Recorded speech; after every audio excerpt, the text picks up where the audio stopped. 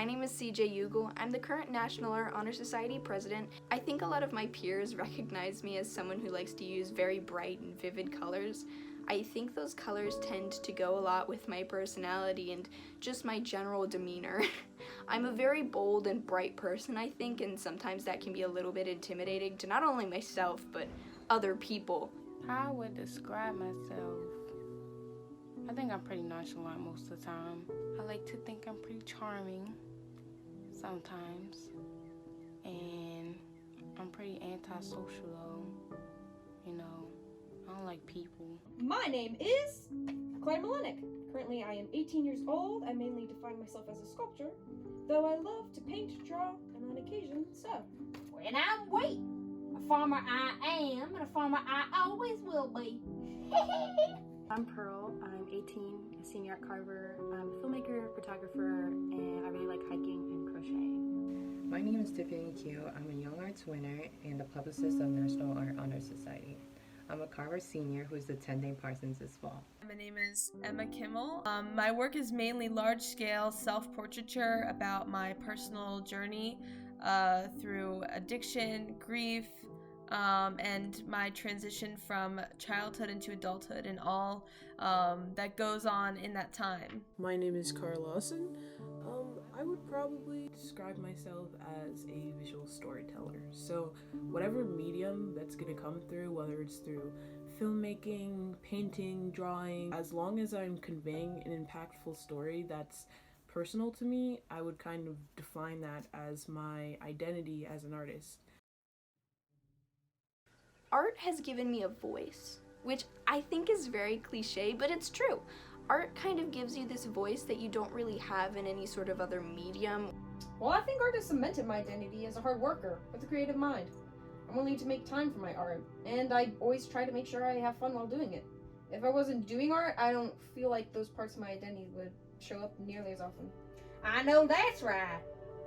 I think art has really changed how I view like the world in general, because I feel like, I don't know if it's like, I don't know, I feel like it's a chicken and the egg type situation. Like, was I already like that and that's why I wound up getting into art, or like did art make me like that?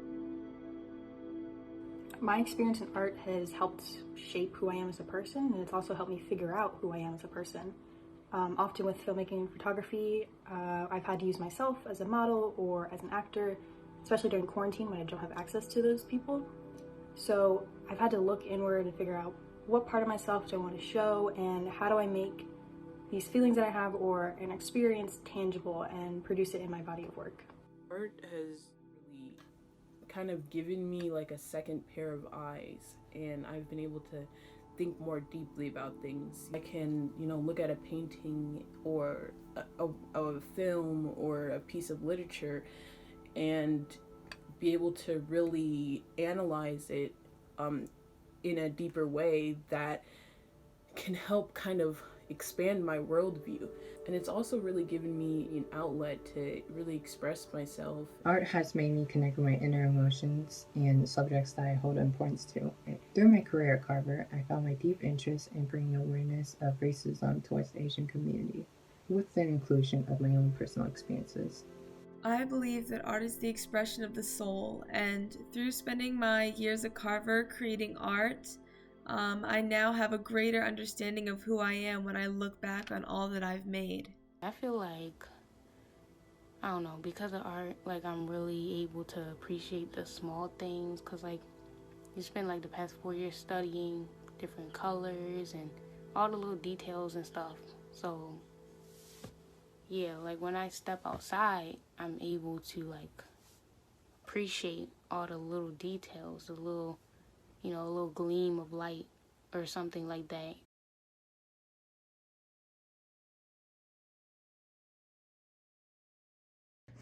Okay, so how have these past years at Carver shaped you? What is the most important thing you have learned from your experience? Well, Carver, with the wonderful support from like-minded artists, has shaped me into a more confident artist, I'd say. More willing to try new things, whether it be a new medium or concept, and just kind of like go with it.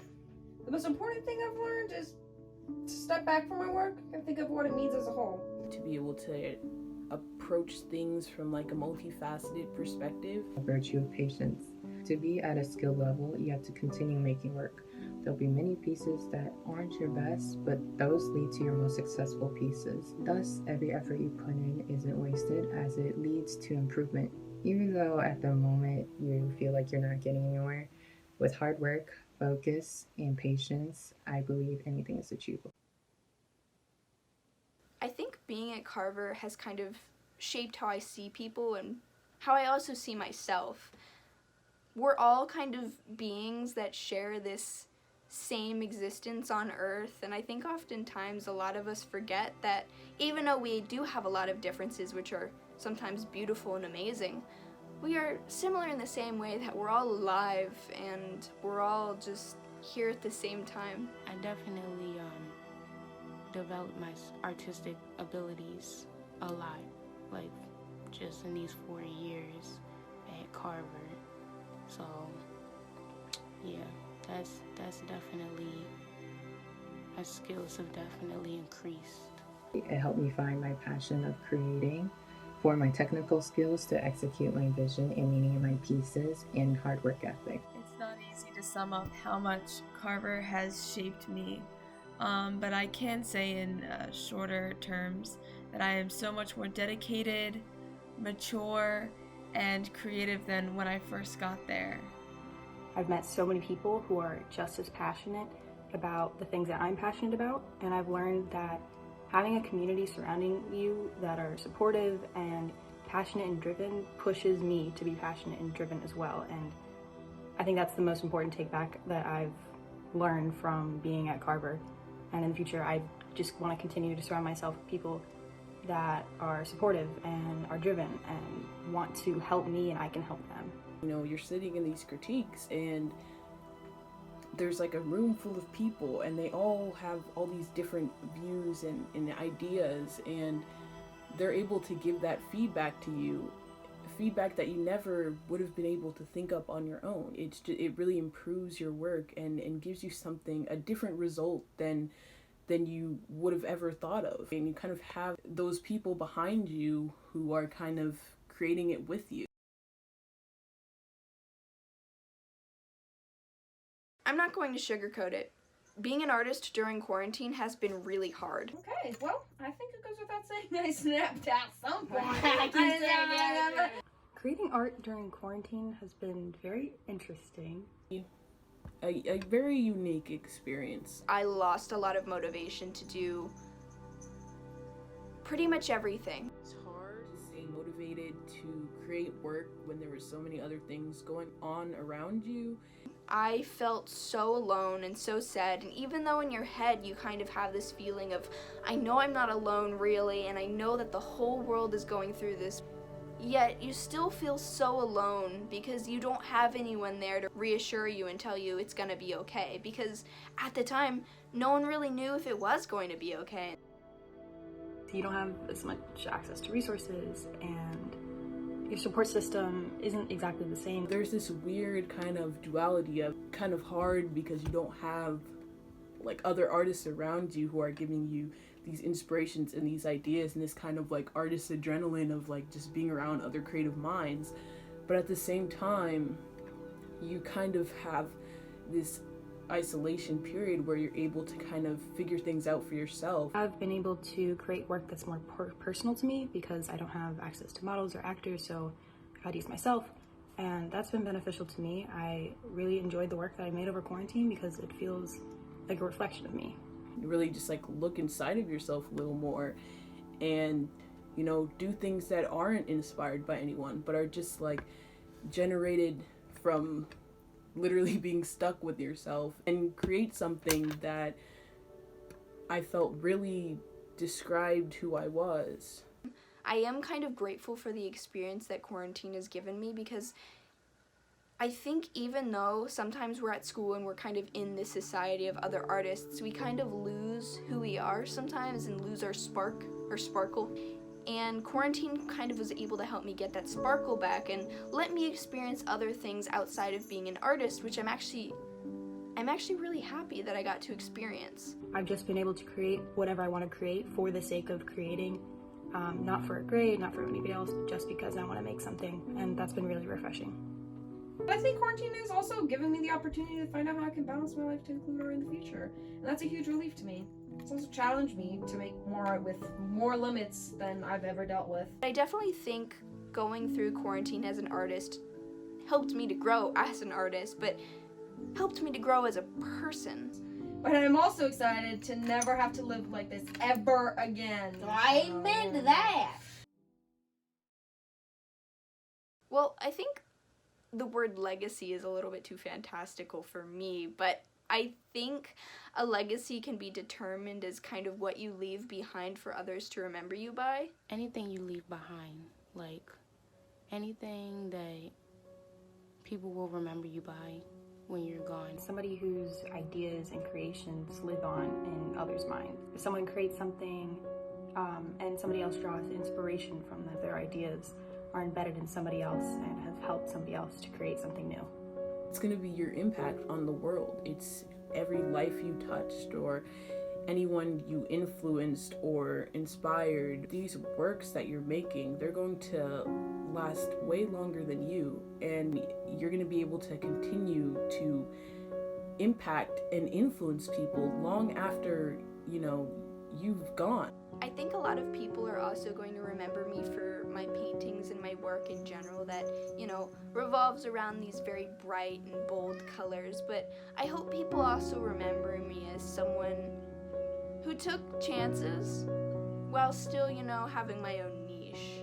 I would like for one of my works to be on the wall, like the big wall in the Commons, and there's all those big pieces up there. That would be cool. Well, I'm too timid to even show my face, so... legacy. I'd like to be remembered as an open student who tried to be positive and fun with her work. I guess I hope my legacy shows up in a good peer to my fellow artists and help them as they've helped me with curating their work.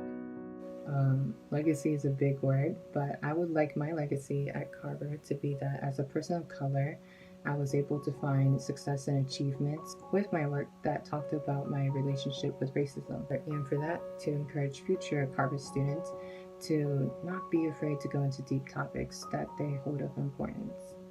I just feel like I want my work to be remembered as something that's always been very true to myself. I kind of want people to be able to see my story throughout my work and maybe relate to it themselves. When I think of a legacy at Carver, I think of somebody whose work that I've seen either on the walls or at film premieres that have inspired me, and whenever I'm lost on a project and I don't know what to make my work about, I look to upperclassmen or alumni and draw from their works. So when I consider my own legacy, that's what I want to be to people. I want underclassmen to be able to either watch my films or look at my photography work and draw ideas from that inspiration and create their own version of that. I've spent most of my life thinking about what a legacy means, as my mom was an English teacher at Carver Center, and I would see these amazing, beautiful, huge paintings in the hallways at Carver, and I would think, gosh, how could a high school student do that? And that ultimately inspired me to go to Carver, and when I got there, the same paintings were there.